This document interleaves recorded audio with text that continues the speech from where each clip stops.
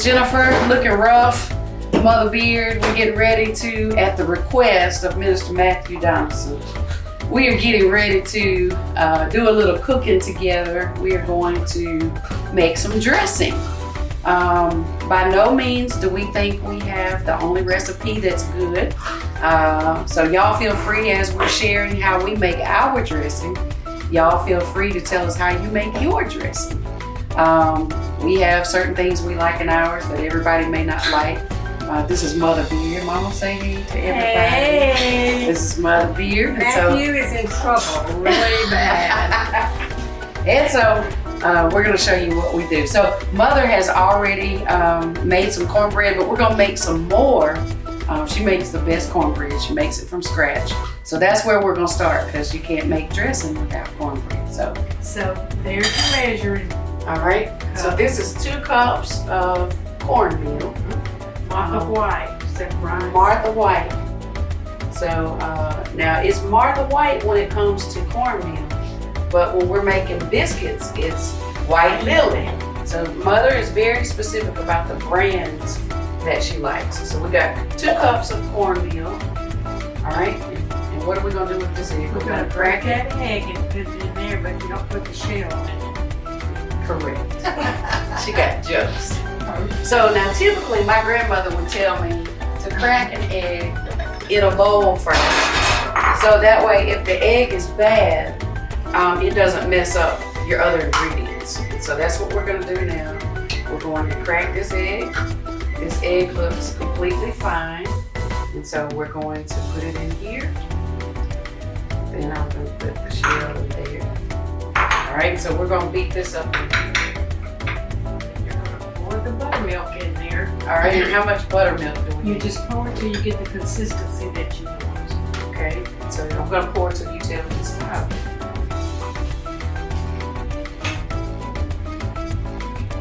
Okay, all right. So y'all know how real cooks do it. They don't measure.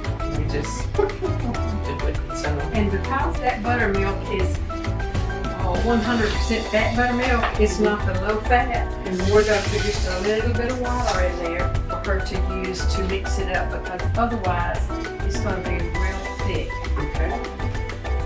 All right, so right now we got 2 cups of cornmeal, we've got 1 egg, and then we've got some buttermilk, and probably about 1/4 cup of water. Yeah.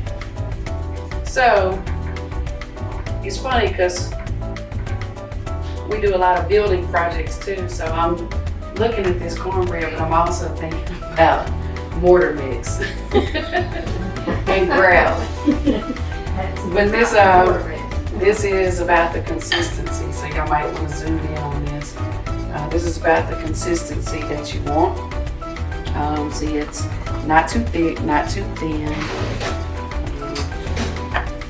So this is going to be cornbread. So we have the oven heating to 400 degrees, and I always put my skillet in the oven with my oil and a little butter. I always put a little butter in there to make it brown on all edges all the way around. So we will pour this cornmeal mix into this skillet. And I'm going to make sure I clean the bowl out. I don't want to waste anything. We want to use it all. So we'll need every bit of this for our trip.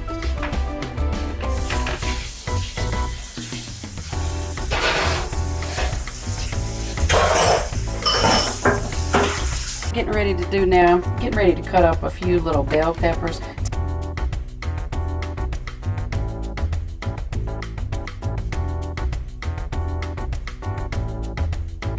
All right, so now I'm cutting up some celery as well. Now, one thing about it, when I cook, I'm not fast. I take my time, because to me, you can taste the love when you cook. If you take your time, put thought into it, do what's in your heart, it's gonna taste good. The love's gonna show up in the dish.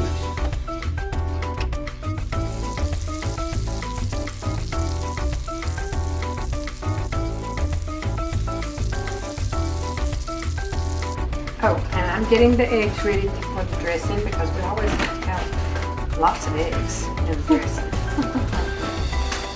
I think dressing, if it's made right, it comes out just right.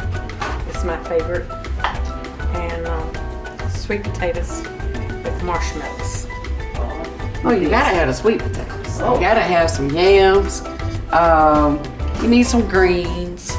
You need some macaroni and cheese. You need some potato casserole. Mother did some fried corn. You know, on Thanksgiving, you pull out all the stops. Everything you can think of, you need that. I have, grandkids, so they all tell me what they want. Each one has a special dish. So I have to make potato salad for one, have to make deviled eggs for one, lemon supreme cake for one, and on Thanksgiving morning we have to have biscuits, homemade biscuits from scratch. So they all have a dish that they like, and if you don't have it just like they want it, well, they know.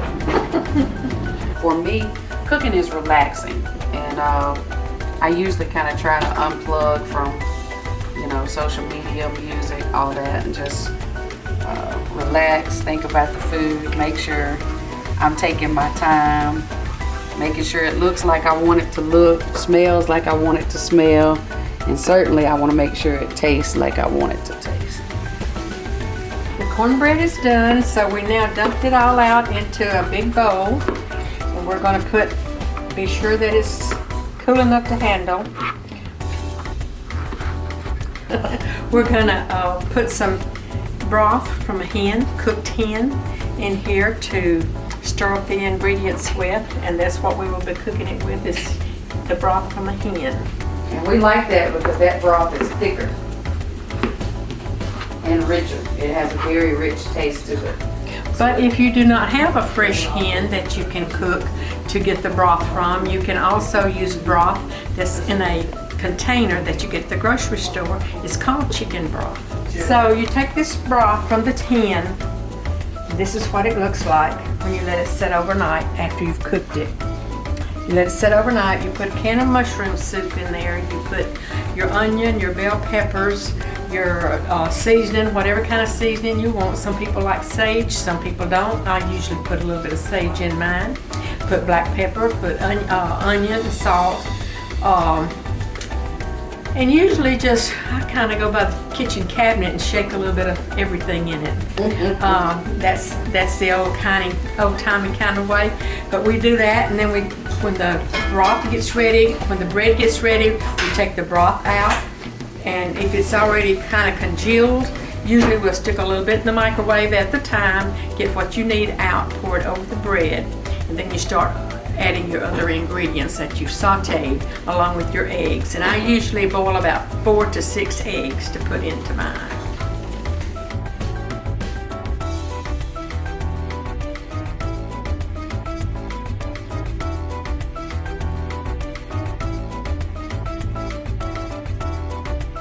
So if it's dry. So the other thing is we're gonna add a couple of raw eggs in here, and that is also going to help with the consistency. And so this is the other secret. A lot of older cooks will do this too. We don't just use cornbread. We'll also, let's say we cook a Sunday meal and we have some rolls left over. We'll freeze those rolls and we'll use them later in the dressing. And so we've got some fresh yeast rolls that we had left over this past week, and so we just put them in the refrigerator because they'll keep. So we've got rolls in here, we've got cornbread in here, and so that, and even I'll tell you what else is great, biscuits. If you can put some biscuits in here, not raw biscuits, biscuits that you cooked. So we cook our biscuits from scratch. That's something we should have done, Mama. But we cook our biscuits from scratch, and those different breads give your dressing a little more flavor. So you don't have to do a whole lot, but here's some of the yeast rolls. And again, we wash our hands about 50 times while we're cooking. But we're gonna put some of these yeast rolls in here, and that's gonna really give it some good flavor and texture. And so we're just gonna break these yeast rolls up in here as well.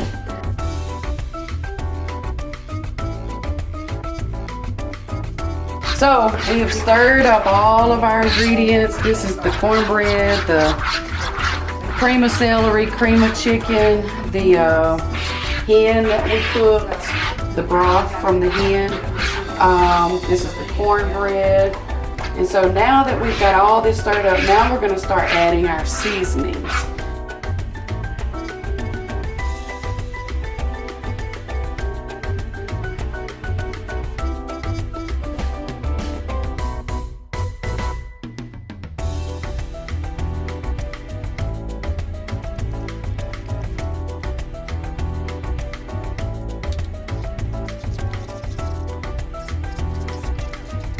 So if you want that question, so the question was, at what age did I make my first pan of dressing?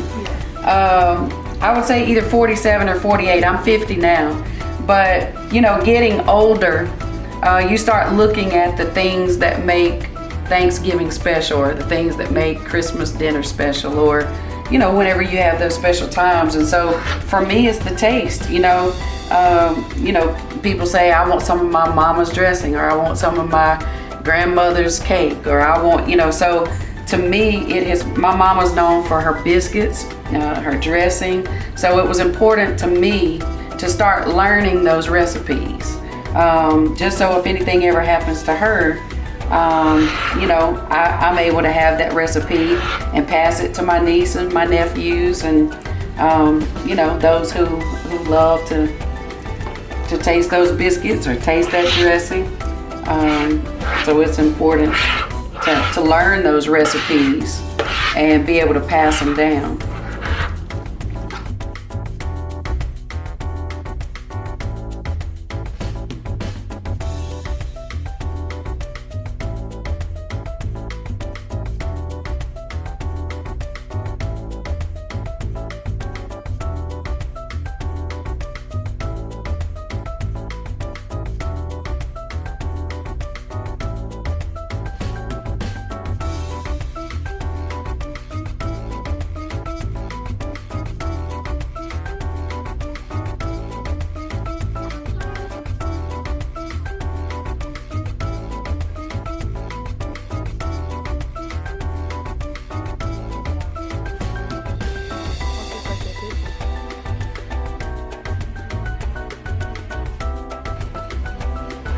Well, I pray y'all enjoyed your time with us. Thank you for joining us. I gotta go because now it's time for that mac and cheese. Happy Thanksgiving. Happy Thanksgiving.